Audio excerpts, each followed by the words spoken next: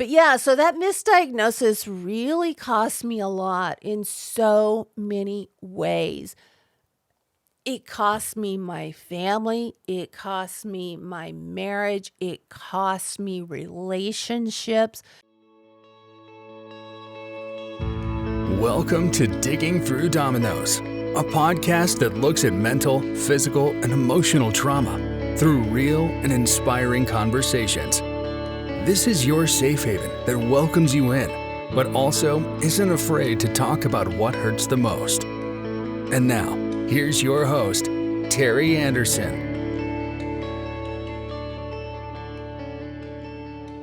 Hello, everyone, and welcome back. Last time we left off with being diagnosed with bipolar disorder 2 instead of complex PTSD.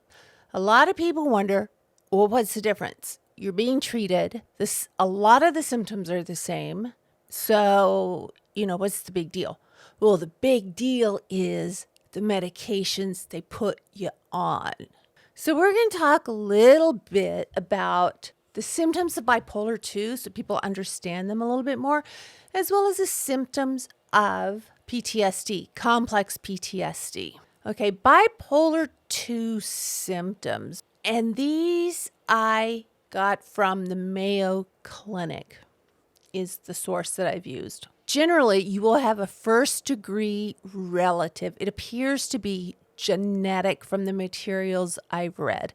And there's a first-degree relative that is affected, a parent or a sibling. If you're predispositioned for bipolar 2, and you're just kind of like cruising down the highway and everything's cool, it can be brought about, they're saying, from a significant loss, a significant trauma, like the death of a loved one. And I think that may be one of the reasons that I had been diagnosed with bipolar 2 was I had 3 people that had died within a relatively short time and a lot of trauma from 2004 to 2007, 2008. So in 4 years, there was a lot of trauma.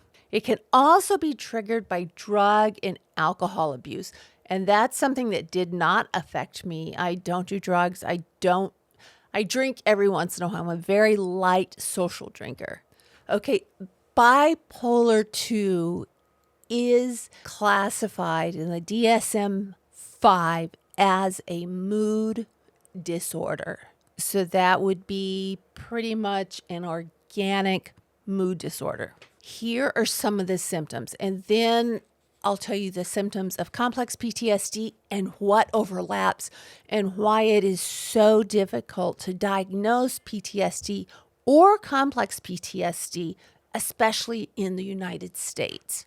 Mood swings, anxiety, deep sadness, euphoria, general discontent, guilt, hopelessness, loss of interest or pleasure in activities. Behavior would be compulsive behavior, impulsivity, irritability, restlessness, or self-harm. Cognitive symptoms would be lack of concentration, racing thoughts, slowness of activity, and suicidal thoughts or ideation. Sleep.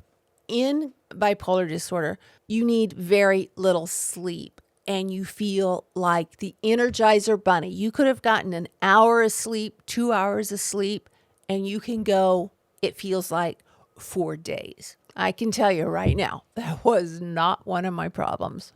Physiological symptoms are depression, grandiosity. Also common is rapid or frenzied speech. Okay, now here are the symptoms of complex PTSD. Traumatic events early in life. Trauma caused by a parent or a caregiver. Trauma that lasted or endured for a long time, long periods of time. It may take years for symptoms to be recognized or even to manifest. As someone grows older that has C-PTSD, there will be behavior changes, mood changes, self-confidence problems, and general attitude will start being a problem as a person with complex PTSD starts to grow older and things start bubbling up to the surface. And you're saying, hey, I'm not like everyone else. What the heck's going on here? Okay, so a lot of the symptoms, those were some of the symptoms, or I guess kind of the causes. If we get down into the symptoms a little bit further, you have feelings of shame or guilt, approval seeking, difficulty regulating emotions, periods of losing attention or concentration, disassociation. That was a big one for me, and we'll come back to that. And this was really interesting as I was researching this.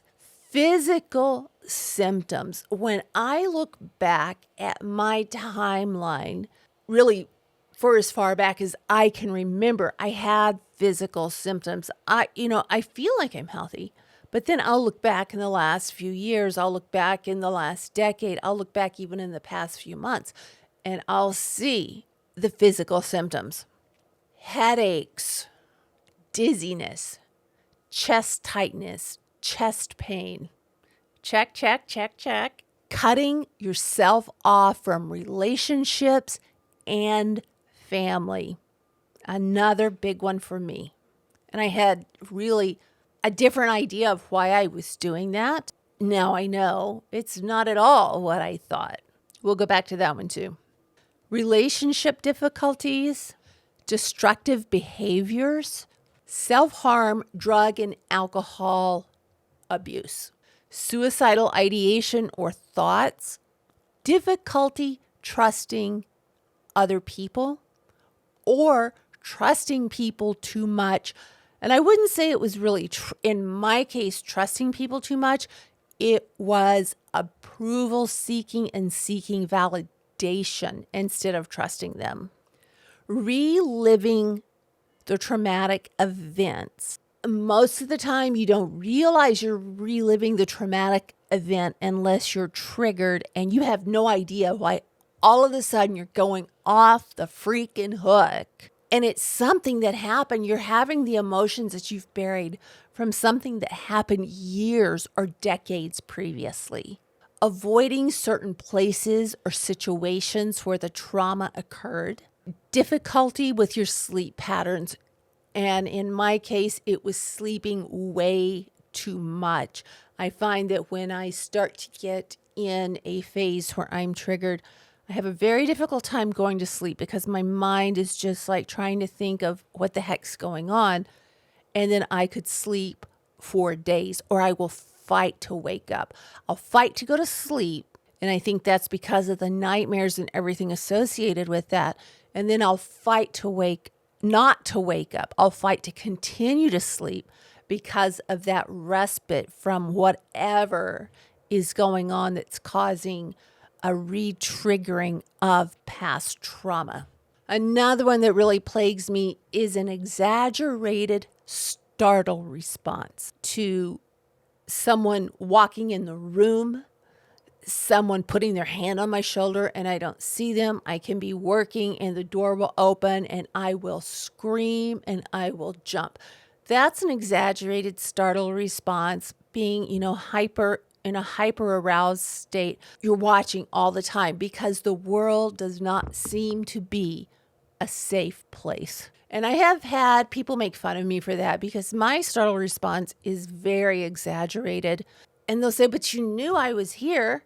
Well, yeah, but I was preoccupied. And when this happens, it's like being in the middle of an attack again. And it has nothing to do with them. It has to do with always feeling like something is going to get you. Difficulty regulating your emotions.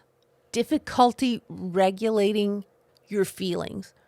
Like you will have explosive anger in a situation that you may be justified in being angry with, but you will have an overcompensation for that into an explosive anger type of a situation.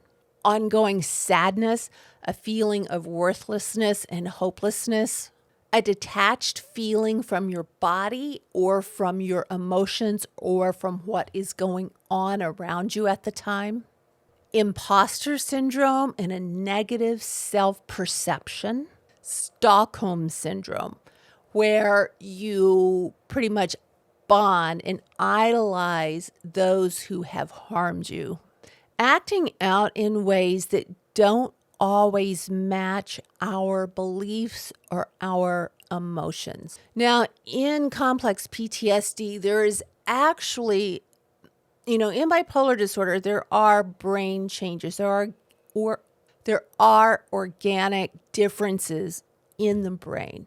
Complex PTSD can actually change the brain in the way that it functions.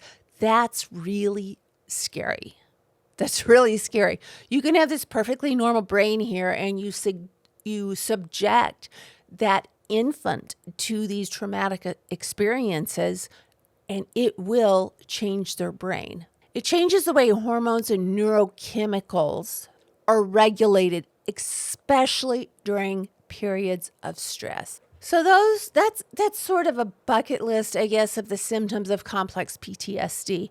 I have almost every single one of them, and you can see sort of, if you've been following along, the similarities. But I'm going to let you know some of the main similarities here between bipolar disorder and complex PTSD. Lingering low mood, guilt and anger, worthlessness feelings or fear, difficulty with positive feelings such as love, affection, and optimism, problems with concentration and focus, disinterest in daily life, withdrawal from family and friends, and suicidal thoughts or ideation. So those are some of the overlapping symptoms.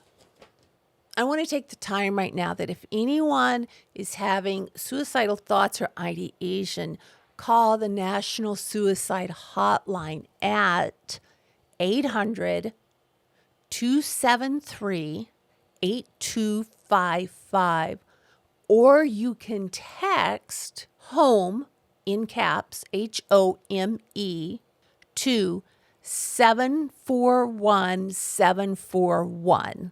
And that can connect you to the crisis text hotline. I know a lot of times if you're having feelings like that, you don't want to hear another voice. And texting is a marvelous way to make that connection, to kind of ease into it, because we're already not wanting to be around people. And hearing a voice can sometimes be triggering. When texting, a lot of times you don't have that emotional, personal investment. Okay, so bipolar disorder is categorized as a mood disorder. PTSD, as well as C-PTSD, but not in America. C-PTSD has not been recognized as an official disorder in the United States in the DSM-5. C-PTSD and PTSD are categorized as a trauma or stress-related disorder. PTSD doesn't include, and C-PTSD, they do not include the euphoria, the very highs, like the mania in bipolar disorder, increased self-esteem. You'll have something that seems like increased self-esteem, but it's actually something called imposter disorder, where you're feigning this confidence so no one can catch on that you're really a worthless piece of crap, is the way you feel. PTSD does not include pressured or confusing speech, rapid speech, and you do not, with PTSD and C-PTSD, you do not feel refreshed after a couple of hours of sleep. You're not ready to take on the world like you are with bipolar disorder. C-PTSD includes flashbacks. You may or may not remember. I had one of the flashbacks I would have was seeing hands, and they weren't attached to anyone, but they were coming toward me, but I couldn't see the face of who it was. I still don't know Although I have a feeling who it was, I have no idea whose hands those were. So that's a flashback. Or you can have an emotional flashback where you get upset over something trivial, like an argument with your spouse or one of your kids or one of your friends, and something that happens triggers that abandonment feeling that you felt as an infant, and you really over-respond in that instant. C-PTSD also includes nightmares, intrusive thoughts and memories, difficulty remembering your childhood trauma. You bury it, you put it in a box and you bury it. Detachment, disconnection, or disassociation. Negative or pessimistic beliefs about yourself or the world in general. Avoiding anything that reminds you of the trauma. Another huge one for me. And you have the physical stress responses, as I said before. You will have the exaggerated startle response along with a lot of physical symptoms, headaches, body aches, joint aches, stomach aches, things of that nature. I want to get into the medications that I was put on that caused me so many problems and really pushed me over the edge because they were unneeded psychiatric drugs. But before I do that, I want to go back and talk about some of the symptoms that I was experiencing and how they affected me in my everyday life. You know, going through those symptoms, especially with the overlapping symptoms, you can see why if a doctor doesn't just takes like I did. She said the first time this doctor saw me, she diagnosed me with bipolar 2. So you can see why you need a doctor that's really going to take the time to get to know you and your background, to talk to you before they give you a diagnosis. Because believe me, the side effects of the medication are nothing you'll want to mess with. They destroyed my life. But we'll get to that. We will get to that in a second. First, I'm going to talk about these symptoms I was having and how they were affecting me. Feelings of shame or guilt.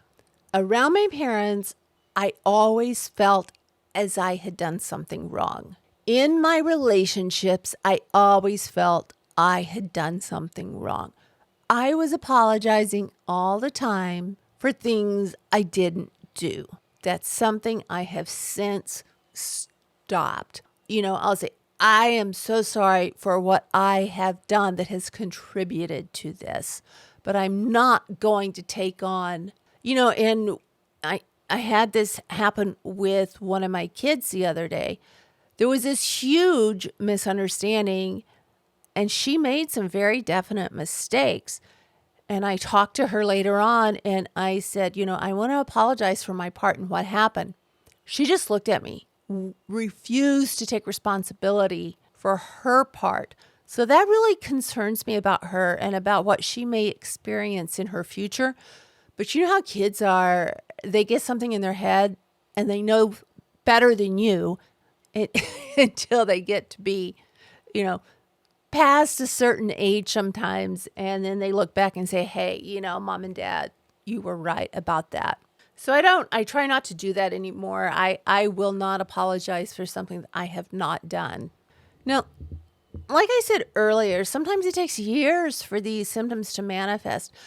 The symptoms I was having, a lot of these I can recognize from childhood. Seeking attention and validation. Now, I know I did that. I think I can remember some of the first times being around 10 or 11 years old. One of the things I can remember is I was trying to see if my mother really cared about me. And this was really funny to be so introspective at that age. And my bed was right under the air conditioning vent.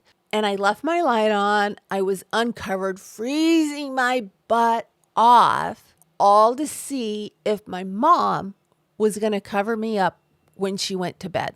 And she didn't do it. She turned my light on, didn't even look in my room, went straight to bed. I was heartbroken, completely heartbroken. So a lot of these things I can see that were happening then, and a lot, like I said, they grew. They pushed me into a lot of bad relationships or into relationships with people because I didn't feel I was worth a better relationship.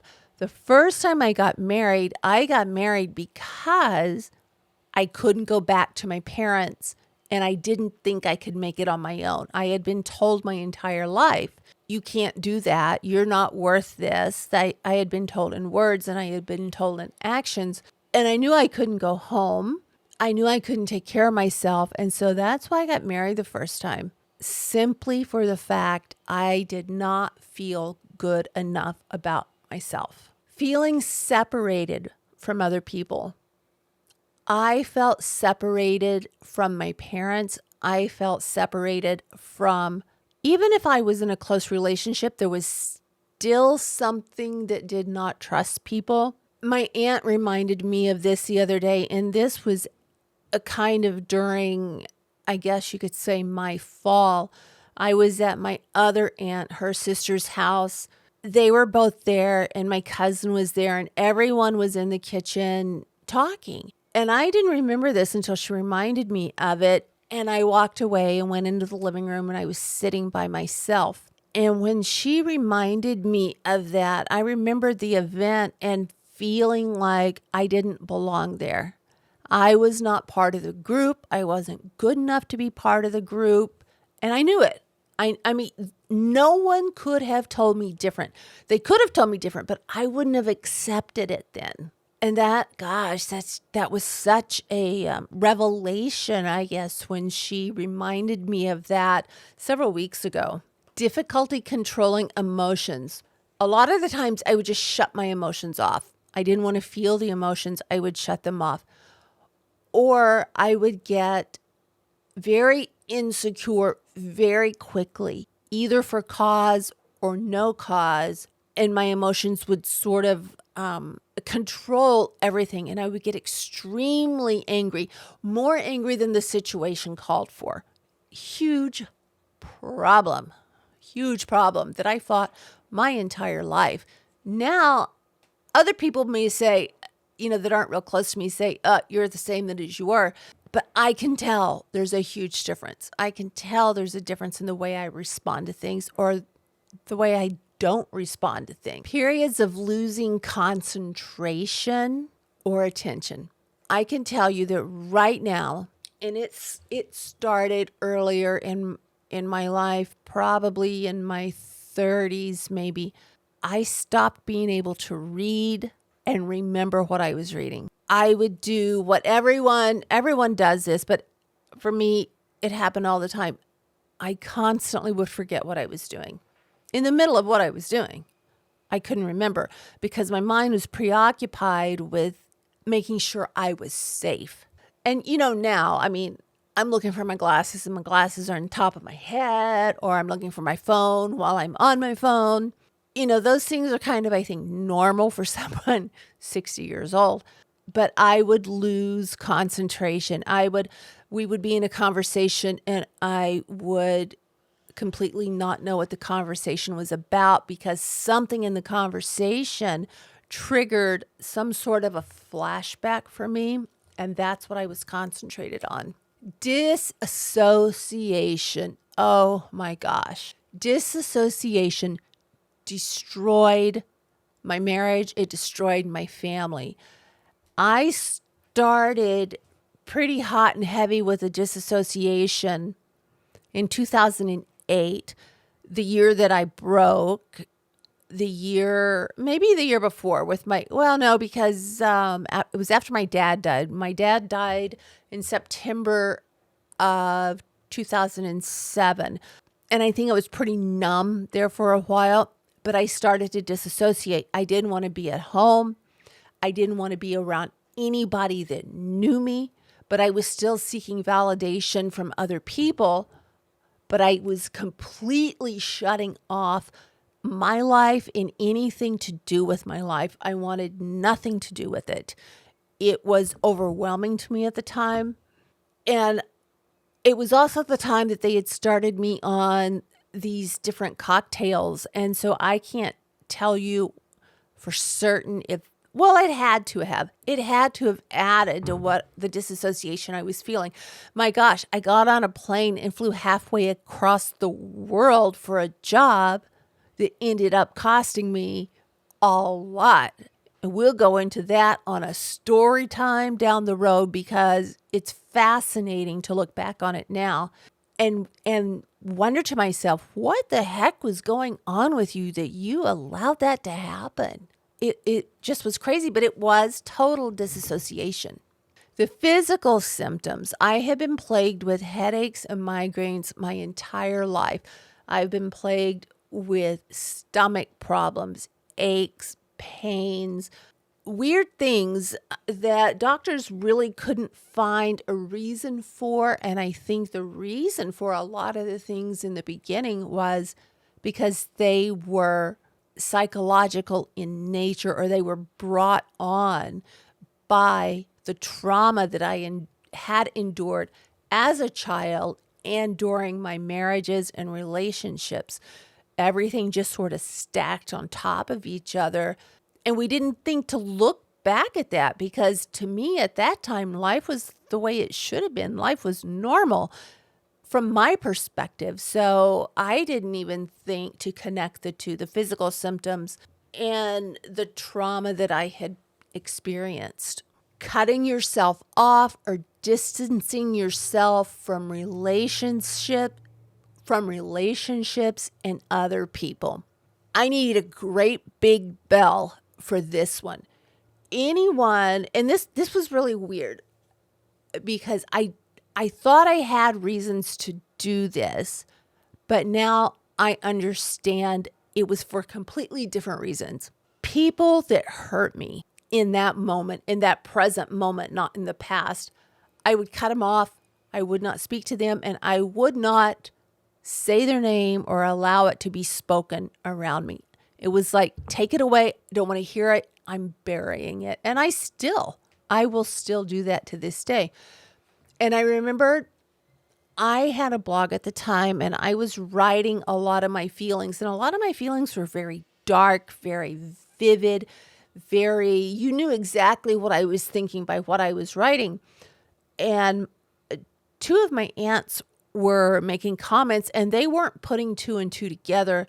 Nobody was, as to what I was going through and what I had been through and why I was feeling the way I was at that time. Well, my aunts were making comments to me. I remember one of my aunts made a comment about how dark and disgusting my writing was. And I kind of pushed her away. And then my other aunt made a comment on several of my social media sites about I was making myself look bad. I was like making my marriage look bad. And I cut them both off. I understand now a little bit more about why I did that. I didn't want to admit that what I was going through at the time, it wasn't trivial. But to me, it seemed like they were trivializing it. And it wasn't a trivial situation, even though I didn't understand it. And there's another layer to that. These two women were two of the people I had felt safe with as a child. And at that point in my life, my parents had died, my grandson had died, my son had been hit by a car, I had had a motorcycle accident. All of these things had happened and a lot of more horrible things had happened. I was afraid they were going to leave me. I was afraid they were starting to see through the cracks and see what a horrible person I was.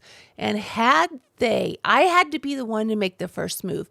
Had they made that first move and told me what a terrible person I was, I don't think I could have lived.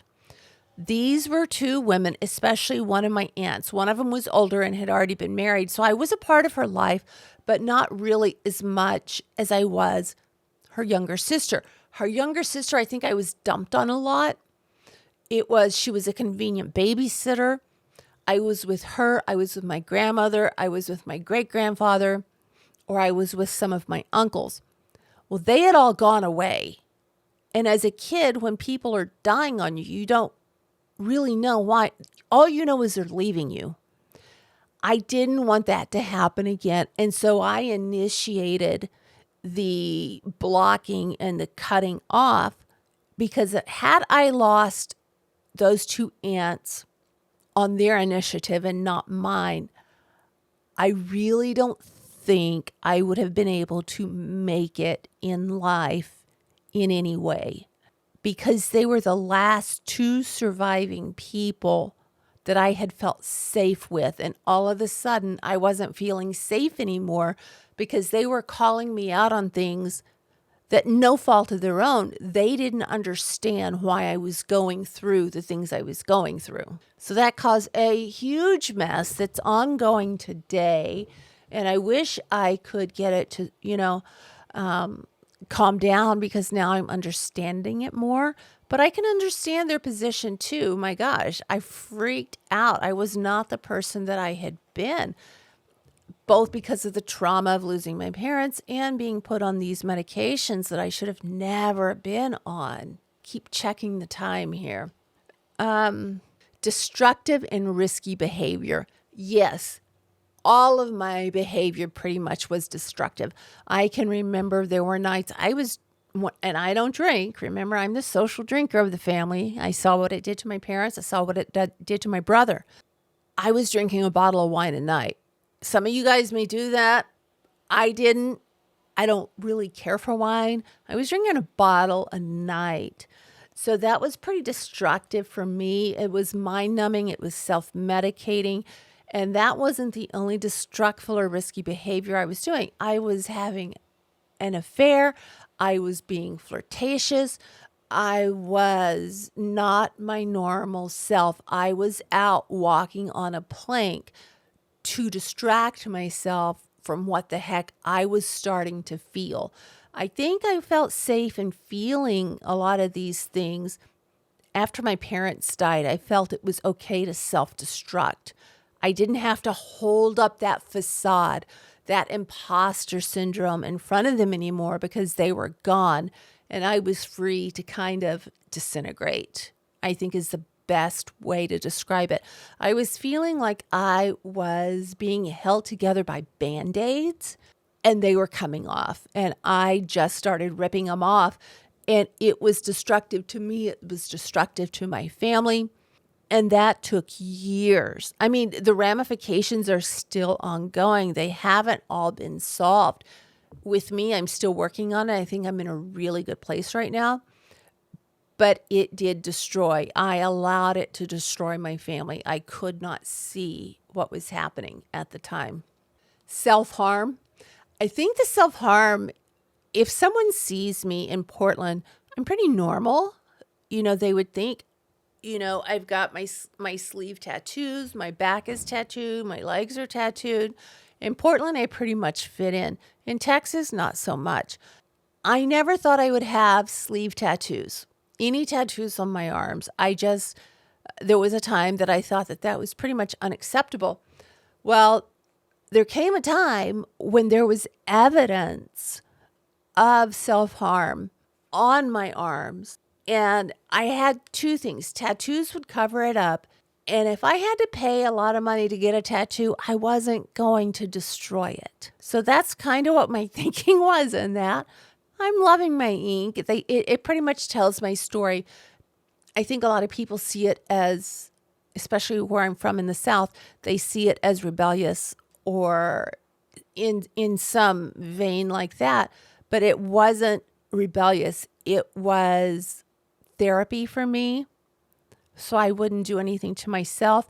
It was also covering up things that I would be very embarrassed about. Suicidal thoughts and ideation. Well, I didn't feel I was good enough in any way for anyone in my life, or I never felt I would have the capability to be good enough for anyone in my life. And so that was always a constant thought. There was never, I think there was only one time, maybe twice, that there was a definite plan. And I'm not really sure how definite that was. My grandson, saved me one time. He came in, I was drawing a bath, and he came in, knocked on the door, he's a little bitty guy, and he knew I was making a bath, and he presented me with a handful of lavender for my bath. That shook me. That really shook me. Seeing him, his little cherub face, his great big dimple, and this handful of lavender that he had chosen for me, for my bath, just really, it changed my entire perspective of being self-absorbed and having that tunnel vision into, oh my gosh, what will happen to him if I do this? Difficulty trusting others. There's not one person on this earth I trust other than my doctors. No one. I don't trust anyone because the people I have trusted have all hurt me more than I could have imagined. And a lot of that's because I chose the wrong people and I've allowed that. I didn't set up the proper boundaries. So I don't trust anyone. No one. I'm starting to trust myself more though. Reliving traumatic events. I think the way I relived those was through emotional flashbacks, and I didn't realize they were emotional flashbacks. I just was inappropriately angry, explosive, hurt by things that someone that did not have C-PTSD or did not have my background of abandonment and neglect and physical abuse would not have reacted as strongly as I did in these situations. And each time it happened, it made me pull back a little bit more. And I think, I'm looking on my list here. I think I pretty much spoke to the hyperarousal and the exaggerated startle response. That happens to this day. My husband will walk in, someone will come from around the corner. I will scream, I will jump, and it's embarrassing. And they don't seem to understand. My husband will say, "You knew I was here." Well, yeah, but what you're not understanding is I'm preoccupied. I think I'm kind of wired to feel that there's danger around me all the time. Even though I was making a lot of risky mistakes, I felt I was in control of it when I wasn't. And even in my own house, my gosh, in my house when I was a kid is where a lot of this stuff happened to me. So my home is not a safe place for me unless I'm in it by myself. Difficulty regulating emotion. I have to this day, and I hope that it will get better. It's not as bad as it was, but I do have difficulty regulating my emotions, especially around my husband. And if I feel that he has not protected me, I see that as his job, which may not be right. But because of my past, I know that I'm my ultimate protector. But I see that it's sort of his job to protect me. And when he doesn't, and I feel like I've been thrown under the bus, I hit rock bottom. And it is not a good place to be. Detached from my emotions, which is different than the disassociation that I explained before. I was going to Starbucks all the time. I was staying away from the house. I detached from everyone and everything in this house.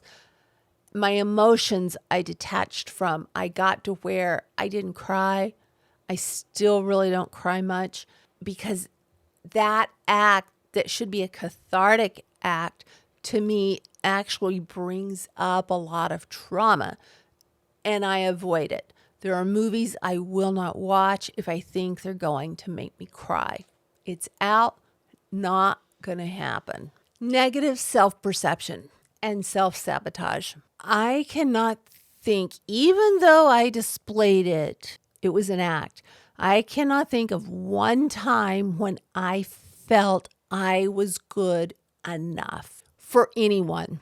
And there were a lot of relationships that I think would have been very good for me and people that would have been very good for me that I avoided because I didn't feel I was good enough for them.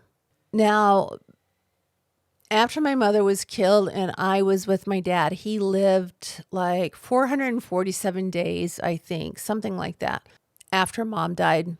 We did a lot of healing during that time. I was with him a lot. And it was, it's hard to say, but in my mother's death, I got the greatest gift in that I got my dad. And I was able to talk to my dad. And it was really the first time in my life my dad made me feel I was good enough for him. And it was something that I will never, never forget. When I was talking about the way that C-PTSD changes the hormones and the neurochemicals in the brain, that was such a relief to me. And I don't know why. It shouldn't be. Something happened to me to change my brain. But I guess I sort of felt a little bit of a relief because I wasn't born this way. This was a very clear case of nurture, not nature, that this happened. And I'll, in the next episode, I'm going to have a guest on. But after that, I'm going to do an episode on kind of my childhood and exactly what happened there to give you a little better understanding. But right now, I want to talk about the medications I was put on. All right, so this woman saw me for 3 hours, where my current psychologist and psychiatrist knew me for probably a year before they removed the bipolar tag from me, the bipolar label from me. They got to really know me on a much deeper level. And those are two people that I would 100% trust. They have my best interest in mind. And I know that. And my life would not be the same without them. Today, it would be completely different. Who knows if I would even be here? They have helped so much. But this woman that had known me for 3 hours and just checked boxes and didn't really get to know much about what I had been through, did the regular protocol. I was put on, at first, I was already taking Wellbutrin for depression, but I think she added risperidone, Abilify, and Lamictal. It was freaking horrible. It was horrible. And then later we ended up changing the Abilify to Geodon, which is another psychiatric drug, which left me with permanent side effects. They all left me with permanent side effects. One of the things I noticed most, with my Lamictal, let's go to the risperidone. With the risperidone, what I noticed first is I gained like 40 pounds in a month. And I don't know if that's an exaggeration or not, but I didn't realize that it changes your blood insulin and your sugar levels. And so it makes you just want to eat all the time. And even if you don't eat, whatever you eat, it's not being digested the way it should. And so I gained all of this weight and it was horrible. And I told him, you have to get me off of this. Besides that, what it did was make me want to sleep all the time, which I wanted to sleep all the time anyway, but this made you sleep all the time. It was a horrible, horrible drug to be on. Then with the Lamictal, some of the side effects with Lamictal, it's a mood stabilizer. So the side effects in that are things like being agitated and irritated, as if I wasn't already agitated and irritated enough. That just added to it. I lost all of my creativity. I wasn't drawing anymore. I couldn't really write anymore. I could write, you know what I mean? I couldn't do the lyrical poetry. I couldn't write prose. I had no ideas. I couldn't do it. I could not put it together. My creativity was gone. And I find this an interesting drug that they put me on because I was already having self-harm thoughts, but one of the side effects of Lamictal is increased thoughts of self-harm. It doesn't make sense to me unless it's just making you so doped up you can't act on that, move on that. And while I was on it, there was an increase for me in that particular side effect. All right, with the PTSD or with the complex PTSD, there's already memory loss and confusion. Lamictal, that is another side effect. So I was having even more memory loss, even more confusion on the Lamictal than before when I was not medicated. This next one here is something that I still fight, and that's brain fog. I had never really had brain fog until I started having to take the Lamictal. In the mornings is when it really hits me, and it takes me a good hour or so to clear the cobwebs from my brain to be able to have a conversation. And even through the day, I'll have brain fog, and I'm thinking, it is like a brain fog because I feel, to me personally, like I am in this mist, in this haze that I cannot get through.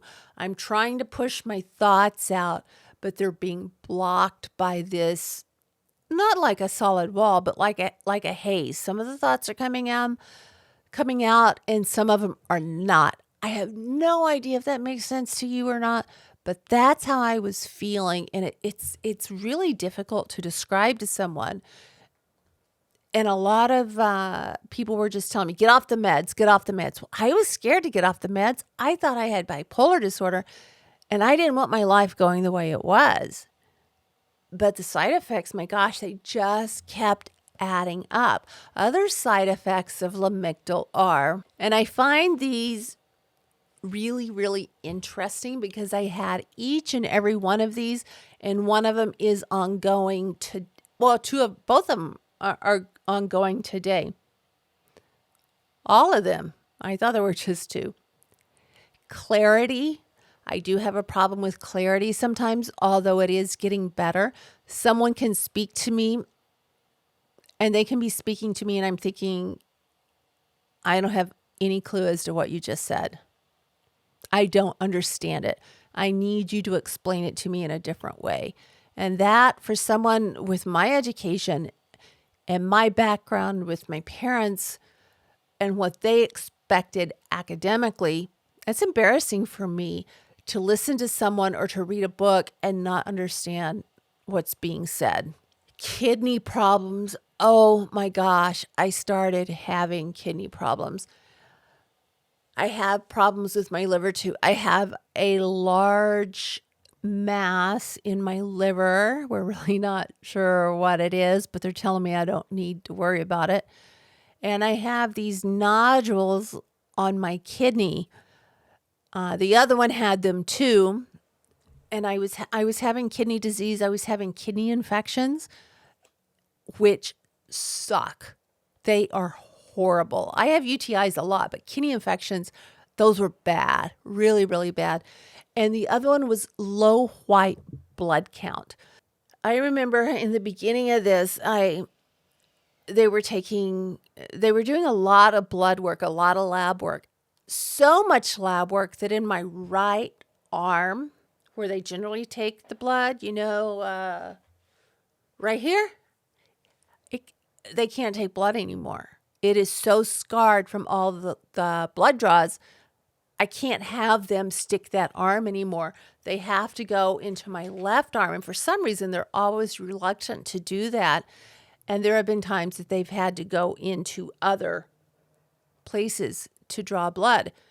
And a lot of that came because they were noticing I had a very low white, almost non-existent white blood cell count.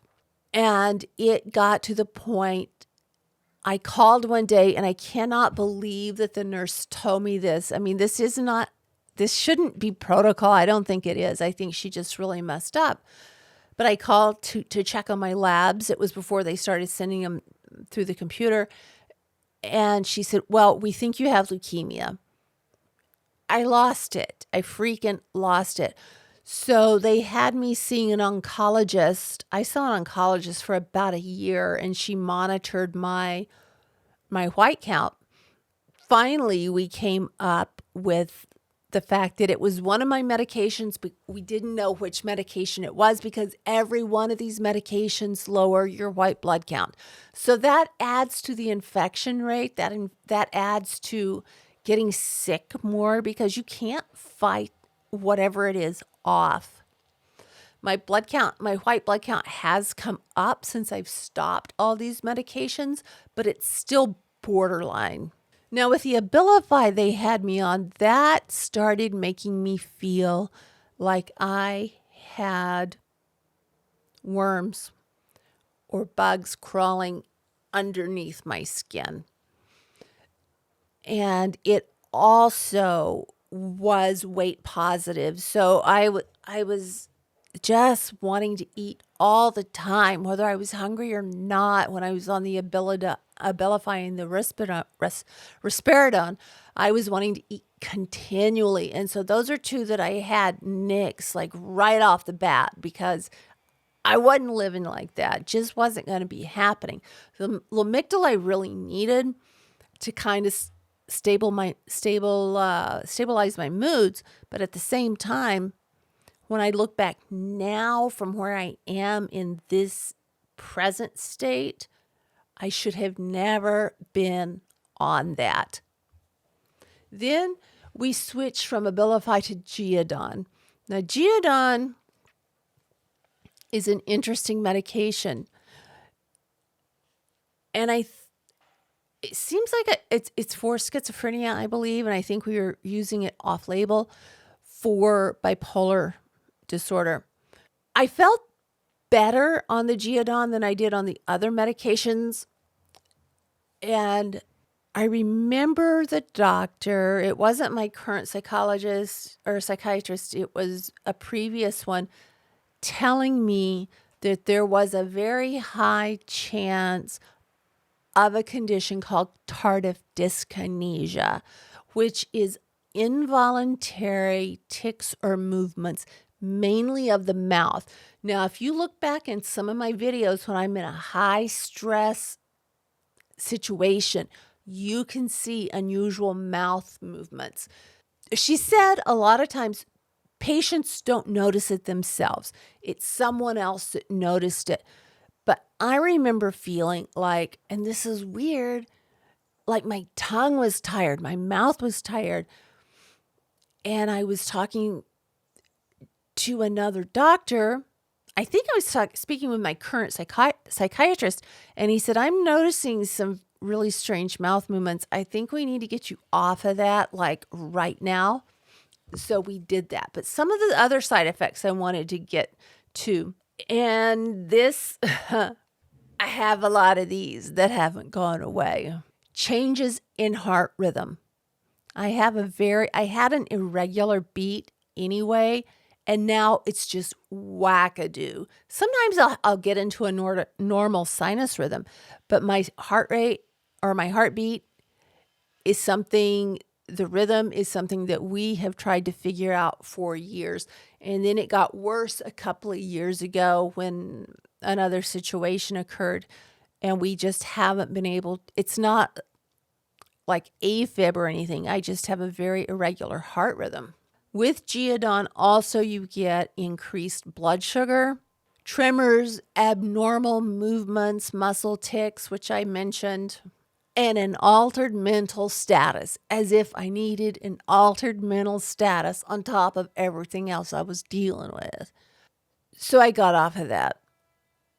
That was the last psychiatric drug that I was on, and I think I stayed on that longer than I should have. My psychiatrist was wanting me to get off of it. I was still using it but what if that's helping me? Even are these side effects, what's the risk versus the benefit? When I got off of that, my life changed. But I realized I still had the Tardif Dyskinesia. And, I had the heart rhythm problems. Nothing really is fixing that. I'm on propranolol right now. but nothing's really taking care of the heart rhythm. But with the abnormal movements, the tremors and the abnormal mouth movements, tics, all of that, I was put on a medication called Keppra. I take 2,000 milligrams a day, and it almost immediately stopped the Tardif Dyskinesia, stopped my seizures, stopped all of the involuntary movements. I mean, it's kind of almost like having Tourette's in a way, with just the tics and the movements, not with any of the language related parts of Tourette's, but with the tics and the movements. That's how it felt. But the Keppra comes with all of these side effects, possible side effects as well. It did take care of the Tardif Dyskinesia, but then you've got lethargy. I take it at night, so that's a good thing. Brain fog. What does all of this stuff, all of these medications create? Brain fog. That's something I fight on a daily basis. And because I have to take such a high dose of Keppra and I take it in the evenings, mornings for me totally suck. It's horrible. It takes me a good amount of time to wake up. And so if somebody comes up on me or up to me to want to talk, when I first open my eyes, it's like I can't do it. I don't know what they're saying. I don't know how I'm responding. It's just a bad situation all the way around. And I'm going to have to be on Keppra the rest of my life unless they come up with something else, that doesn't have all of these side effects. There's also, it causes memory problems. Ding, ding. Check that box. Vertigo. I find this is interesting. I had a horrible bout of vertigo in 2018 and 2019 and was misdiagnosed with Meniere's disease.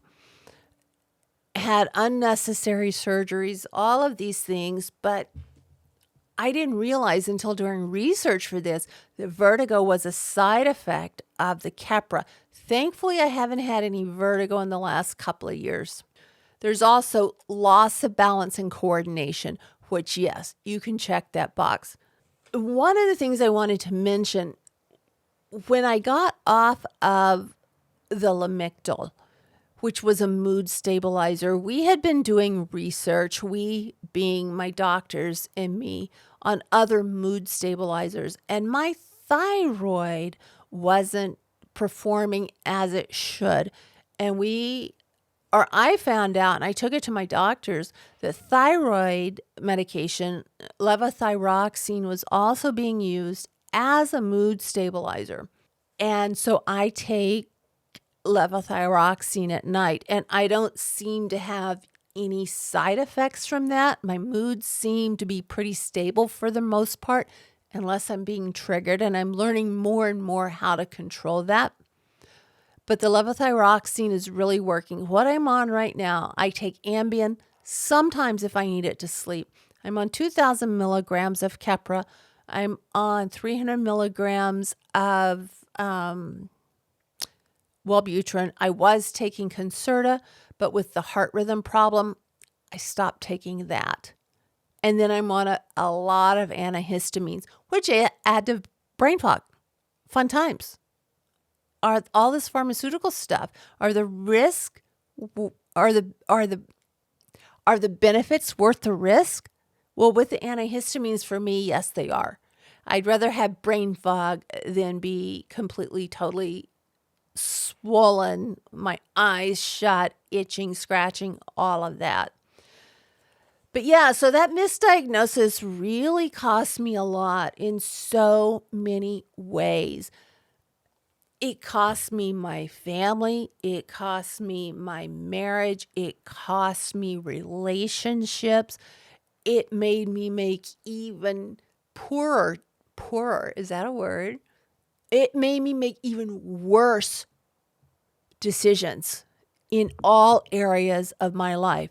I was, for lack of a better term, batshit crazy. From where I stand today, looking back on when I was under all those medications for bipolar disorder, I can honestly say I was totally 100% off my flippin' rocker. I made a lot of bad choices, a lot of bad decisions. My life disintegrated. But that was really a good thing, because when my life disintegrated and I realized it had disintegrated and we changed the medications, I was slowly able to rebuild my life. There were things that happened along the way. There were relationships along the way where I was finally just able to see what was really going on. I still didn't have that self-worth, so I was clinging on to different things. But the difference was I was able to see what was being done to me by these other people and what I was allowing to be done. And so that got changed pretty quickly. And I've got stories about those that'll be coming up. The next episode is we're going to have a guest on that's going to explain how they saw me, the changes they saw in me when I was diagnosed and I was put on all of the medications. With that, guys, have a fantastic week, and I will be talking to you soon. Thanks again.